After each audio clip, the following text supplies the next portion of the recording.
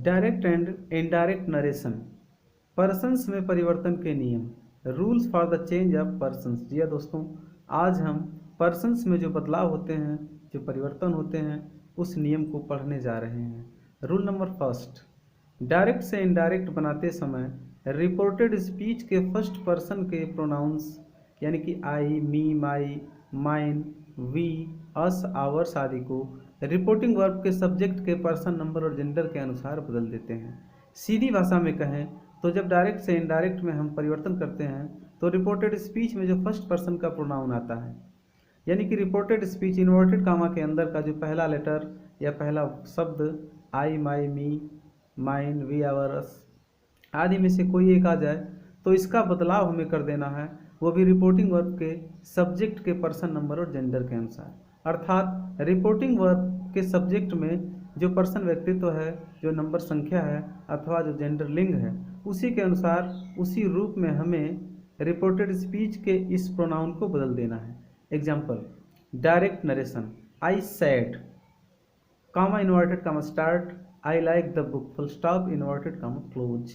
Indirect में हमने बदला I said that, I said that, I लिख लिया, सैड लिख लिया, कामा इन्वर्टेड कामा हटाने के बदले में दैट भी लगा लिया। अब आई हमारा फर्स्ट पर्सन का प्रोनाउन है जो कि रिपोर्टिंग वर्ब के आई के अनुसार बदलेगा तो आई बन जाएगा। I said that I. अब like the book present indefinite tense है, जो past indefinite tense liked the book में परिवर्तित हो जाएगा। तो सेंटेंस क्या बनेगा, I said that I liked the book full stop. दूसरा एग्जाम्पल डायरेक्ट नरेशन में है, they said we want to go to Aligarh. They said उन्होंने कहा, वी मिस हम, वांट मिस चाहते हैं, to go to Aligarh Aligarh जाना, यानी कि ये भी हमारा प्रेजेंट इंडेफिनिट टेंस है जो बदल करके पास्ट इंडेफिनिट में बदल जाएगा। कैसे, दे सैड दैट। अब वी हमारा फर्स्ट पर्सन का प्रोनाउन है जो कि रिपोर्टिंग वर्ब के दे के अनुसार बदलेगा तो वो दे बन जाएगा। क्यों, क्योंकि वी भी नॉमिनेटिव केस है और दे भी नॉमिनेटिव केस है, सब्जेक्ट दोनों ही हैं, इसलिए दे सैड दैट, दे वांट का वांटेड हो जाएगा, टू गो टू अलीगढ़ ज्यों का त्यों लिख देंगे, फुल स्टॉप लगा देंगे। रूल नंबर सेकंड, डायरेक्ट से इनडायरेक्ट में बदलते समय रिपोर्टेड स्पीच में आए हुए सेकंड पर्सन के प्रोनाउंस यू, योर, योर्स को रिपोर्टिंग वर्ब के ऑब्जेक्ट के पर्सन नंबर और जेंडर के अनुसार बदल देते हैं। जी हाँ, डायरेक्ट से इनडायरेक्ट में बदलते समय यदि रिपोर्टेड स्पीच में अर्थात इन्वर्टेड कामा के अंदर कोई सेकंड पर्सन का प्रोनाउन अर्थात यू, योर, योर्स में से कोई एक आ जाए तो हमें इसका बदलाव रिपोर्टिंग वर्ब के सब्जेक्ट के अनुसार नहीं, ऑब्जेक्ट के अनुसार करना है।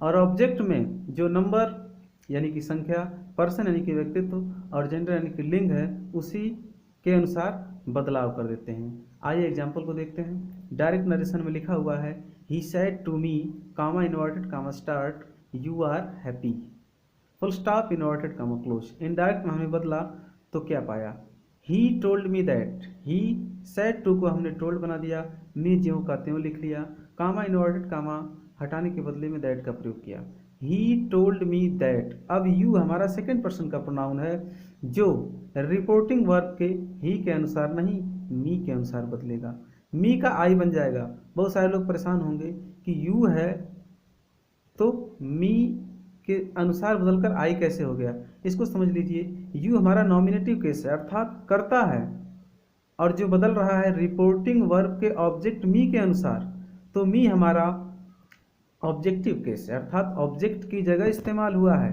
न कि सब्जेक्ट की जगह, और मी का सब्जेक्टिव यानी कि नॉमिनेटिव केस आई होता है। इसलिए यू को मी के अनुसार बदल करके हमने आई बना दिया और वाज हैप्पी कर दिया, क्योंकि प्रेजेंट टेंस को पास्ट में बदलना है। तो he told me that I was happy full stop. दूसरा example, he said to them you are very sad, he told them that, he said to को टोल्ड में बदला, देम को ज्यों का त्यों लिख लिया और दैट लगा दिया कामा इन्वर्टेड कामा हटाने के बदले में, ही टोल्ड देम दैट। यू को बदलना हमें देम के अनुसार न कि ही के अनुसार, क्योंकि यू सेकंड पर्सन का प्रोनाउन है और रिपोर्टिंग वर्ब का ऑब्जेक्ट देम है।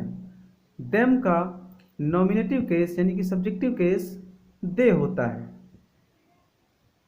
इसे हमें याद क्यों दिलाना पड़ा, क्योंकि यू भी सब्जेक्टिव केस में है, जिस कंडीशन में हमारा सेकंड पर्सन होता है उसी कंडीशन में हम बदल करके लिखते हैं। तो he told them that, you को देम के अनुसार बदला तो दे हो गया were very sad. Rule number third, यदि रिपोर्टिंग वर्ब में ऑब्जेक्ट नहीं है तथा रिपोर्टेड स्पीच में सेकंड पर्सन का कोई प्रोनाउन हो तो उसे आशय अथवा अर्थ के अनुसार फर्स्ट पर्सन अथवा थर्ड पर्सन किसी में भी बदल सकते हैं। कहने का अर्थ ये है दोस्तों कि हमारा रिपोर्टिंग वर्ब जो है जिस फिनिट वर्ब के माध्यम से कर्ता अपनी बात को कहना प्रारंभ करता है, उस रिपोर्टिंग वर्ब में अगर कोई ऑब्जेक्ट प्रयोग नहीं हुआ है तथा रिपोर्टेड स्पीच में अर्थात कामा और इन्वर्टेड कामा के अंदर सेकंड पर्सन का कोई प्रोनाउन है और उसे इनडायरेक्ट बनाना है तो आशय अथवा अर्थ के अनुसार हम थर्ड पर्सन अथवा फर्स्ट पर्सन में बदल सकते हैं। यानी कि फर्स्ट पर्सन अथवा थर्ड पर्सन का कोई एक ऑब्जेक्ट हम ले सकते हैं और उसके अनुसार इनडायरेक्ट बना सकते हैं। एग्जाम्पल देखिए, Ram said comma inverted comma start you should work hard. Ram said के बाद किसी भी प्रकार का कोई ऑब्जेक्ट प्रयोग नहीं हुआ है और कामा इन्वर्टेड कामा जो स्टार्ट हो रहा है उसमें यू नाम का सेकंड पर्सन का प्रोनाउन आया हुआ है। तो इसको बदलने के लिए हमारे पास ऑब्जेक्ट का होना आवश्यक है, इसलिए हम अपनी मर्जी से कोई एक ऑब्जेक्ट चुन लेंगे। तो मैंने यहाँ पर हिम चुन लिया, राम सेड टू हिम मान लिया इसको, क्योंकि ऑब्जेक्ट मानते ही हमें सेड के बाद टू का प्रयोग करना अनिवार्य हो जाएगा। इसलिए जब इनडायरेक्ट में बदलेंगे, हिम नाम का ऑब्जेक्ट हमने माना है तो राम टोल्ड हिम होगा, क्योंकि सेड के बाद टू हिम लिखेंगे तभी तो ऑब्जेक्ट बनेगा। तो Ram told him that. Clear. अब यू को हमने हिम नाम का जो ऑब्जेक्ट मान लिया है उसी के अनुसार बदलेंगे तो ही हो जाएगा, क्योंकि हिम ऑब्जेक्टिव केस होता है और जो यू हमारा प्रयोग किया गया है वो सब्जेक्टिव केस है, यानी कि कर्ता है। तो हिम नाम का ऑब्जेक्टिव जो केस है उसका कर्ता ही होता है, इसलिए ही शुड वर्क हार्ड हो जाएगा। यानी कि पूरा complete sentence, Ram told him that he should work hard.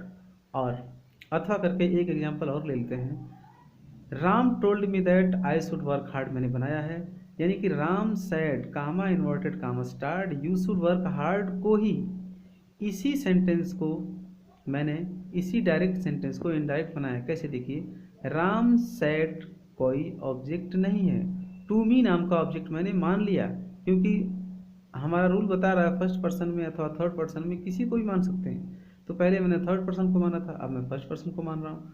तो राम सैड टू मी मान लिया, टू मी अपने घर से मैंने यूज कर लिया तो राम टोल्ड मी हो जाएगा, क्योंकि सैड टू के बाद मी है, सैड टू को टोल्ड में बदलेंगे और मी ज्यों का त्यों लिखेंगे। तो राम टोल्ड मी दैट। अब यू को बदलेंगे मी के अनुसार तो आई बन जाएगा, क्योंकि मी ऑब्जेक्टिव केस है जिसका सब्जेक्टिव केस आई होता है। I should work hard, full stop, complete हो जाएगा सेंटेंस। दूसरा example, he said comma inverted comma start you are a genius. अब मैंने इसमें टू मी नाम का ऑब्जेक्ट मान लिया, मी नाम का, सेड के बाद टू ला करके मी नाम का ऑब्जेक्ट मान लिया, तो ही टोल्ड मी दैट। अब यू को बदलेंगे मी के अनुसार तो आई हो जाएगा, टेंस हमारा बदलेगा क्योंकि प्रेजेंट टेंस है तो पास्ट टेंस में हो जाएगा, आई वाज अ जीनियस हो जाएगा। He told me that you are a genius को बदलेंगे तो यू को मी के अनुसार बदलेंगे तो आई, और वाज ए जीनियस बदल जाएगा, सेंटेंस कंप्लीट हो जाएगा।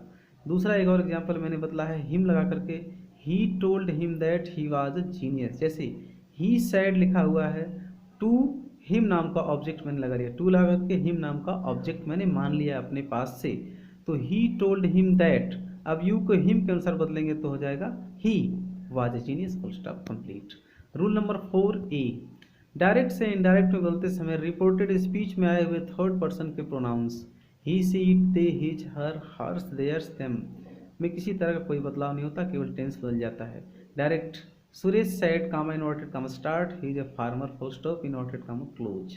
तो Suresh said that he was farmer, कोई चेंज नहीं, केवल टेंस बदलेगा, ही ज्यों का त्यों रहेगा क्योंकि ये थर्ड पर्सन का प्रोनाउन है, ही was a farmer, full stop. Rule number 4B, reporting verb में कर्ता और कर्म दोनों थर्ड पर्सन में हों तो इनडायरेक्ट बनाते समय कोष्टक के अंदर उनके सामने उन व्यक्तियों के नाम लिख देते हैं। देखिए एग्जाम्पल समझते हैं, जैसे कि हमारा रिपोर्टिंग वर्ब अगर थर्ड पर्सन में है, आई यू ऐसा कुछ नहीं है, थर्ड पर्सन है।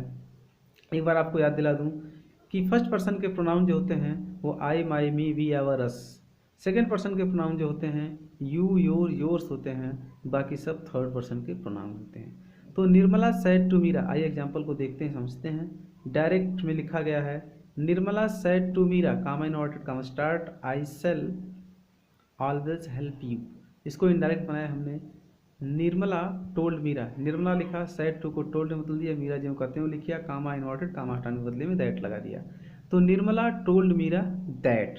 अब आई जो कि फर्स्ट पर्सन का प्रोनाउन है, इसे हमें बदलना है रिपोर्टिंग वर्ब के सब्जेक्ट यानी कि निर्मला के अनुसार। तो सी भी लिख सकते हैं और कोष्टक में निर्मला सी। अब क्योंकि आई के साथ सेल है, सेल का आपने लिखा है रूल में कि शुड हो जाता है, लेकिन किसके साथ, आई और वी के साथ। जब आई और वी के अलावा कोई दूसरा शब्द हो तो उसके साथ हमेशा वुड का प्रयोग ही होता है। इसलिए सी कोष्टक में Nirmala would always help you को हमने बदला मीरा के अनुसार। यू हमारा यहाँ पर सब्जेक्टिव केस नहीं है क्योंकि एक सेंटेंस में सब्जेक्ट एक ही होगा ना, आई सब्जेक्ट है, यू हमारा ऑब्जेक्टिव केस में प्रयोग हुआ है, इसलिए हर का प्रयोग हमने कर लिया, कोष्टक में मीरा फुल स्टॉप।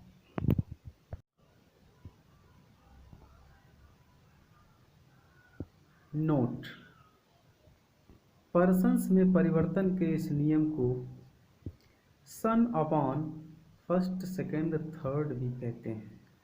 सन बटा 123 प्राय आपने सुना होगा, सन अपॉन फर्स्ट, सेकेंड, थर्ड। इसको जरा समझ लेते हैं।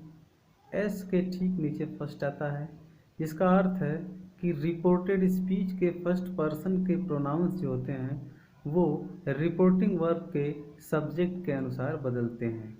ओ के नीचे सेकंड आ रहा है, अर्थात रिपोर्टेड स्पीच के सेकंड पर्सन के जो प्रोनाउंस हैं वो रिपोर्टिंग वर्ब के ऑब्जेक्ट के अनुसार बदलते हैं।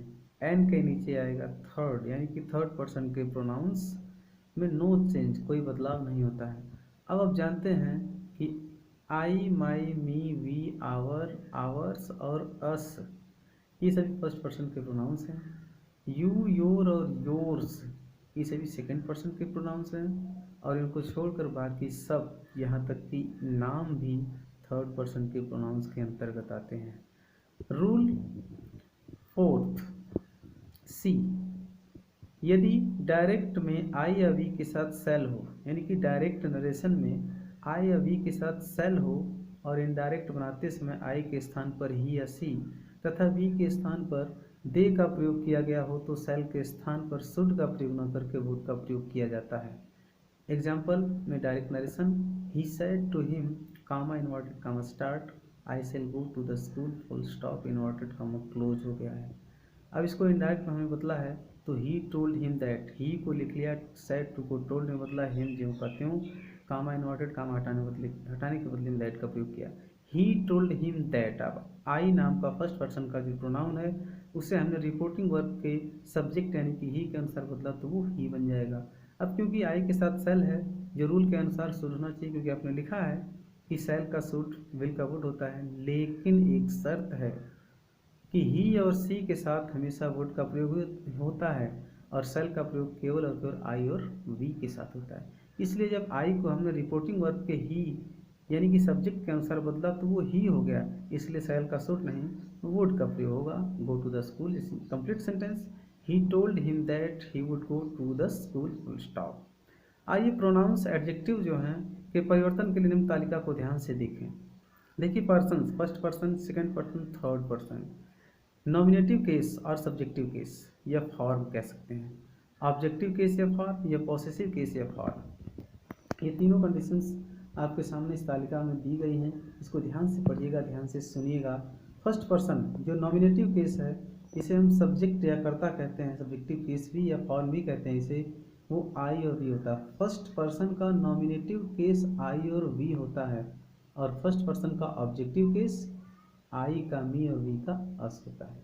यानी कि आई और वी को हम सब्जेक्ट की तरह इस्तेमाल करते हैं, लेकिन जब इसे ऑब्जेक्ट के रूप में इस्तेमाल करना होगा तो आई का मी बन जाएगा और वी का अस हो जाएगा। इसी का पॉसेसिव केस जो होता है आई का माई और माइन होता है और वी का आवर अथवा आवर्स होता है। क्लियर हो गया। सेकंड पर्सन में नॉमिनेटिव केस अर्थात सब्जेक्टिव केस या कर्ता की तरह यू का प्रयोग होता है, और ऑब्जेक्टिव केस या फर्म में भी यू का प्रयोग ही होता है, यानी कि यू का ऑब्जेक्टिव भी यू ही रहता है। और पोसेसिव केस में योर्स अथवा योर हो जाता है। थर्ड पर्सन में आइए देखते हैं ही। नॉमिनेटिव केस या सब्जेक्टिव केस अर्थात कर्ता के रूप में ही का प्रयोग होता है, और उसे ऑब्जेक्टिव केस में या फॉर्म में प्रयोग करना हो तो वो हिम हो जाता है, पॉसेसिव केस में हिज हो जाता है।